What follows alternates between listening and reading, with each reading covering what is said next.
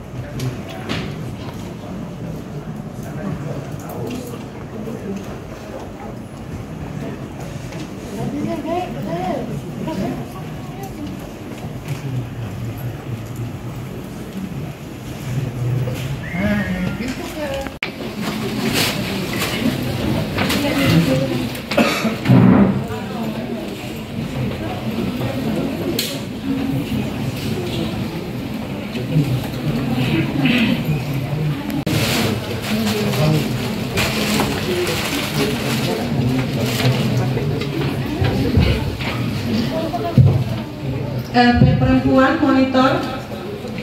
Oke Mbak ya, di sini ya kita sidang ya. Oke. Menurut Bapak tuntutan jaksa tadi seperti apa? Yang pertama kita menghormati karena itu hak jaksa untuk mengajukan tuntutan. Apapun alasannya itu hak jaksa. Kita harus hormati. Yang kedua, yang penting bagi saya dalam tuntutan tadi adanya pengakuan bahwa kedua-duanya lalai, baik si korban maupun yang terduga pelaku. Saya katakan terduga pelaku kan belum jelas pelaku seperti siapa, nanti nunggu putusan pengadilan.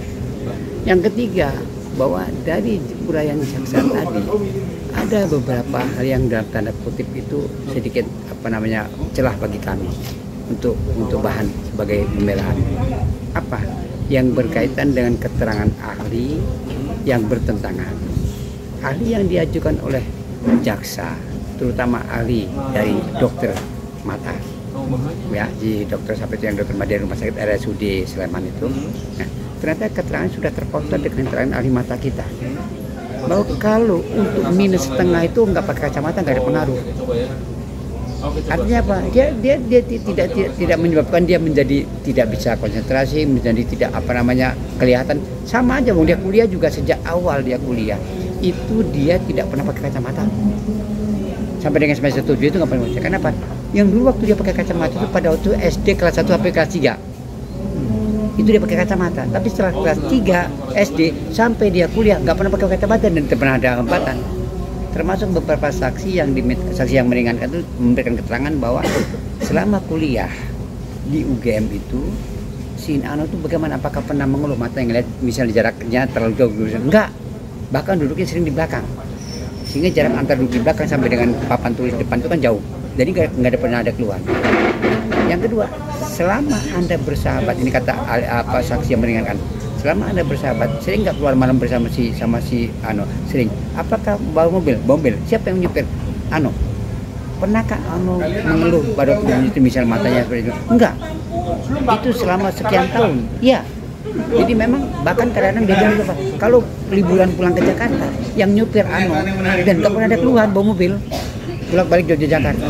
Berarti faktor mata tidak menjadi penyebab terjadinya musibah. Yang ketiga, yang saya lihat bahwa ternyata sampai saat terakhir penutupan sidang kemarin itu tidak pernah ada penjelasan apa menjadi penyebab kematiannya daripada korban. Kenapa? Karena si korban tidak diotopsi. Kan otopsi itu digunakan untuk mengatur apa menjadi penyebab daripada korban meninggal. Soal kecelakaan dia jelas kecelakaan, tapi apakah itu menjadi salah satu penyebab? Belum tentu. Mungkin dia punya penyakit bawaan, bisa saja. Karena benturan kaget meninggal, bisa saja terjadi. Misalnya dia punya penyakit jantung, misalnya ini kita kan nggak tahu, ya kan? Kenapa? Karena tidak diotopsi.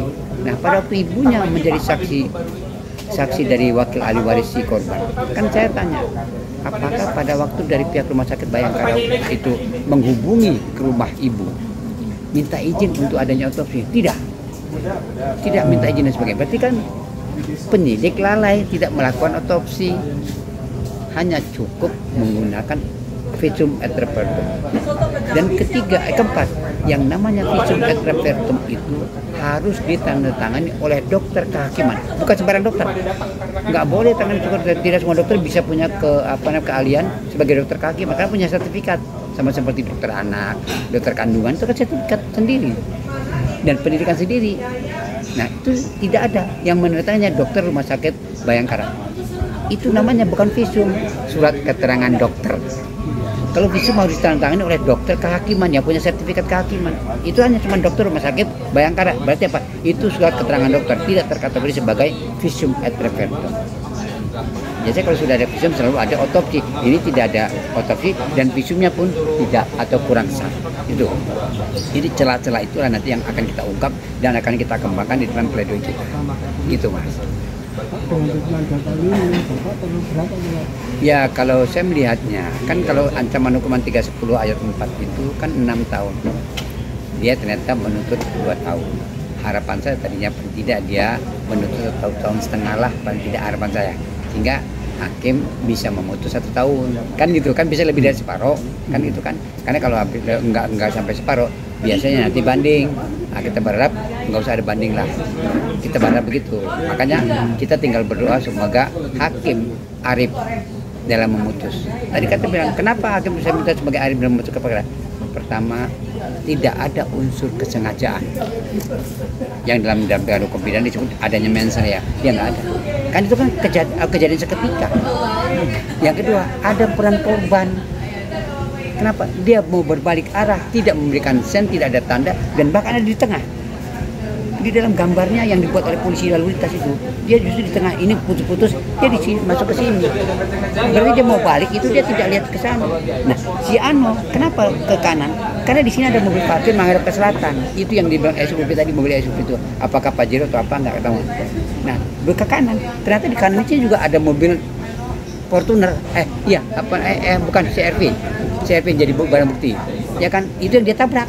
Karena dia ke kanan untuk menghindari si motor ini, dia ke kanan, akhirnya dia nyenggol si motor, nabrak mobil CRV. Itu fakta hukum yang terjadi di muka persidangan, dan itu yang akan kita kembangkan besok.